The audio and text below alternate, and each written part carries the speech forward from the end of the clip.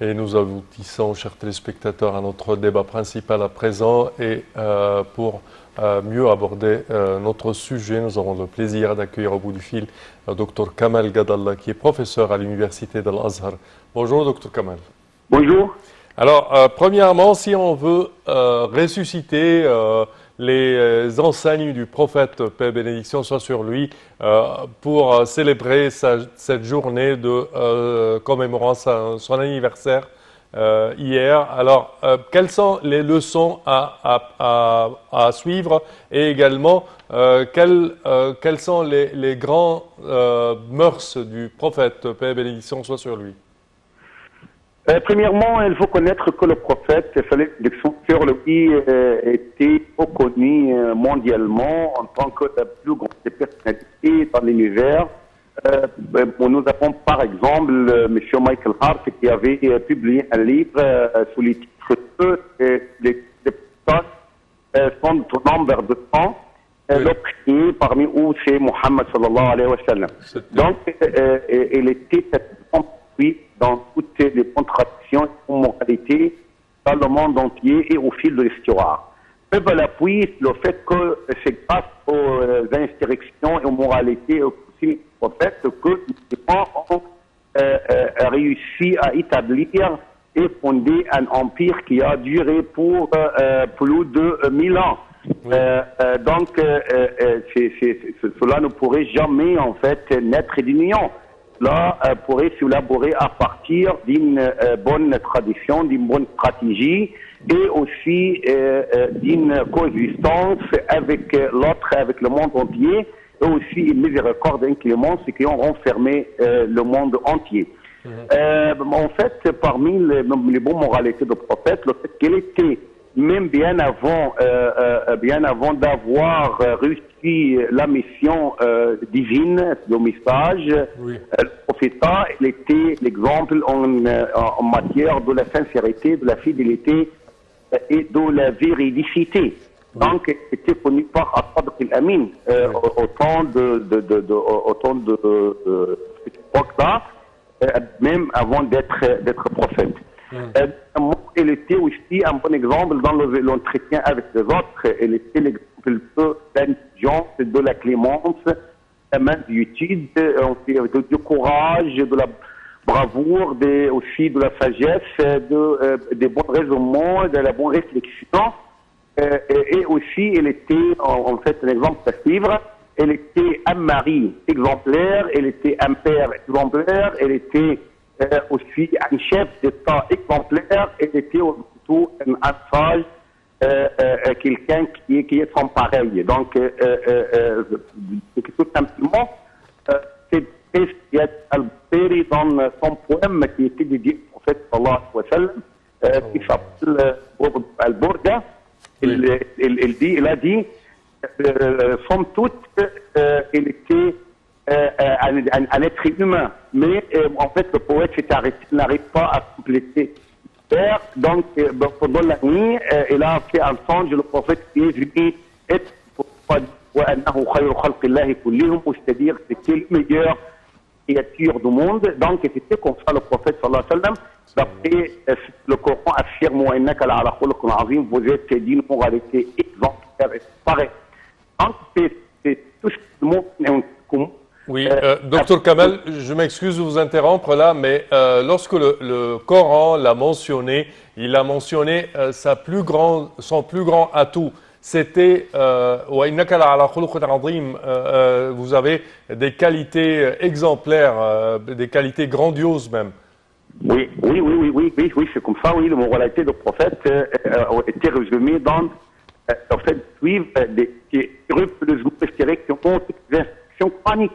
Raison pour laquelle Aïcha, lorsqu'il était interrogé, comment était la moralité du prophète sallallahu alayhi wa sallam, il a répondu à l'interrogeant, est-ce que vous lisez le Coran? Il lui a dit oui, j'ai lu le Coran normalement. Il a dit donc que ces moralités étaient l'application pratique et scrupuleuse et exemplaire des consignes du Coran. Car la moralité, c'est résumé en fait l'application du Coran. Donc c'est pourquoi sa tradition fait partie intégrante de la législation islamique. Nous avons source de la législation, premièrement le Coran, deuxièmement les traditions prophétiques. Oui. En partie intégrante de discours sur la législation. Pourquoi? Parce qu'elle était l'application de consignes d'instruction du Coran d'une façon plus détaillée, plus élargie et plus profonde. Docteur Gadallah, puisqu'on parle du prophète, de ses qualités et des enseignements pacifiques de l'islam, comment ces jeunes musulmans qui se sont transformés malheureusement en terroristes à un âge vraiment très jeune, à 18 ans et 21 ans, comme on a vu dans les 2 attentats terroristes qui ont frappé la France ces 2 dernières semaines, comment est-ce qu'ils ont eu l'idée que ces actes, cette méchanceté, cette violence, ce terrorisme pourrait faire plaisir au bon Dieu et au prophète? Malheureusement, ce sont les interprétations tout à fait déviées et les fausses exégèses de certains hadiths ou bien de certains versets coraniques qui pourraient dévier et qui pourraient en fait dérailler les jeunes de la bonne voie. Malheureusement, il y a des hadiths qui pourraient être tirés de leur contexte ou bien détachés de leur contexte et qui ne s'accordent pas bien avec l'exégèse qu'on proclame actuellement pour justifier le terrorisme. Le prophète et ses consignes, ses instructions, tout est assez loin d'appeler au terrorisme, mais il était tout à fait compatible au pacifisme, à la paix internationale et bon entretien avec les autres. Malheureusement, il y avait en fait certaines exigèses et mauvaises interprétations qui étaient répandues dans le monde musulman pour des raisons à la fois politiques et sociales. Vous avez par exemple ce qu'on peut appeler l'enseignement désordonné, c'est-à-dire un enseignement qui pourrait être placé par des gens qui ne sont pas du tout spécialistes, qui sont manipulés par des groupes terroristes pour réaliser du but et finalité qui n'ont rien à voir avec le vrai islam. Donc, pour très fin ou bien pour arracher des telles idées, nous avons un programme tout à fait bien organisé et bien équilibré et aussi bien surveillé par les grandes instances économiques dans l'Azhar, par exemple en Égypte, à Zaytouna en Tunisie, Al-Qaroui au Maroc et les autres universités à vrai dire, à caractère en fait académique islamique, parce que vous avez le texte, mais vous avez aussi les circonstances de la révélation de texte. Vous avez aussi le contexte social, vous avez aussi le contexte politique.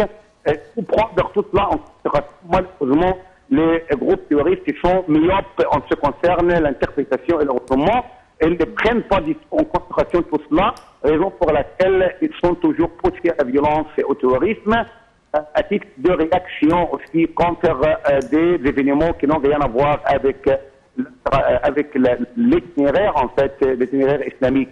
Il pourrait être influencé, bien subir l'influence de quelques circonstances sociales, par exemple, comme la pauvreté, la misère, comme par exemple des mauvaises conditions dans certains pays islamiques pour en raison des politiques qui ne sont pas correctes, mais tout n'a rien à voir avec le vrai islam, avec l'esprit de l'islam qui doit être reproduit d'une façon authentique et correcte dans le monde entier, mais comment il pourrait être répondu ainsi? C'est par des spécialistes et par des gens qui sont très très versés dans les études islamiques et qui peuvent faire ce qu'on appelle les équilibres légaux, c'est-à-dire de faire une balance entre les avantages et les désavantages, les intérêts et les préjudices pour donner les bons fatwas, toutes les adéquates et appropriées aux circonstances en question. Oui, mais est-ce le moment est venu maintenant pour changer un peu nos perspectives à comment parler à ces gens-là du vrai islam, comment leur interpréter notre religion qui prône à la paix, pas au terrorisme et pas à la violence? Oui, premièrement, il s'agit d'un message très très court à destiner à ces gens-là. Il faut ensuite d'un programme à long terme, d'un programme tout à fait bien détaillé et aussi bien œuvré pour longtemps. Premièrement, le message que j'adresse à ces gens-là, je pourrais leur dire, avec le prophète à Médine, il y avait des juifs, il y avait aussi des chrétiens qui venaient à Médine, il y avait aussi des non-musulmans, même aussi des mécréants. mais ils étaient tous en fait une bonne situation et ils jouissaient de la justice islamique qui ne peut jamais faire la différence ou bien la distinction entre un musulman et un non-musulman. Tout le monde sont citoyens. Vous avez par exemple la feuille de Médine. Donc, comment par exemple combattre ou bien faire la guerre contre les autres pour la simple raison qu'ils ne sont pas musulmans comme nous? Cela en fait n'a rien à voir avec l'esprit authentique de l'islam. C'est Oui, le bien sûr. discours. Alors pour le programme à long terme, il faut un travail très très dur pour corriger les mauvaises idées et les fausses idées relatives à l'islam. Donc, par exemple, des prédicateurs, très très bien conscients, qui connaissent parfaitement les langues étrangères, aussi la culture occidentale, parce qu'en fait, il ne faut pas oublier que dans l'Occident, par exemple, il n'y a plus la religion, il n'y a que les philosophies. Les philosophies, en fait, doivent être très bien comprises par le prédicateur pour bien connaître et pouvoir, en fin de compte, se dialoguer et s'entretenir avec les autres dans leur langue, c'est-à-dire dans leur culture. Et ce n'est pas dans la culture orientale qui est influencée par ce qui est enthousiasmé ou bien ce qui est, par exemple, pathétique, qui n'a rien à voir avec la raison. Donc, il faut faire la différence entre la conviction qui est basée sur la logique et la persuasion qui est basée sur les émotions. Et on veut, par exemple, parler avec le monde dans la langue qu'il connaît et qu'il comprend actuellement. Oui. Docteur Kamal, je m'excuse, également, le grand imam d'Al-Azhar, Cheikh Ahmed Al-Taïb, au cours de la célébration de la journée du Moulid al-Nabi, avait parlé du lancement d'une plateforme médiatique pour enseigner et donner la vraie image de l'islam et du prophète, paix et bénédiction soit sur lui, et qui sera également diffusé en plusieurs langues. Oui, normalement, le grand imam, elle est toujours, en fait, elle est toujours en mesure de faire des choses assez merveilleuses. Et cette plateforme, en fait, qui sera, qui va se mettre en œuvre ces prochains mois, donc il sera en 7 langues, je crois.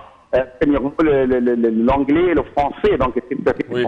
je crois que les mêmes bases de données de cette plateforme seront très très bien choisies pour élucider, éclaircir, mettre la lumière sur le point d'ordre universel, d'ordre international, la personnalité du prophète sallallahu alayhi wa sallam pour la coexistence pacifique et pour la bonne connaissance de prophète, c'est-à-dire aussi que même l'autre qui est l'Occident et qui, par exemple, pour la France, l'autre pays, elles sont invitées aussi à s'enligner sur le prophète, à connaître avant de juger si c'est pas stable de baptiser tous les musulmans de terroristes pour la simple raison qu'il y a quelques individus qui ont subi des idées qui ne sont pas correctes pour dire que c'est le terrorisme islamique ou le terrorisme musulman. Donc, il faut un travail de deux côtés, de notre part, pour faire connaître notre prophète, et de l'autre côté aussi, pour qu'il cherche la bonne connaissance relative à l'islam. Parfait, Dr Kamal Gadallah, au terme de cette édition, je tiens à vous remercier de la part de toute notre équipe. Merci pour vos explications.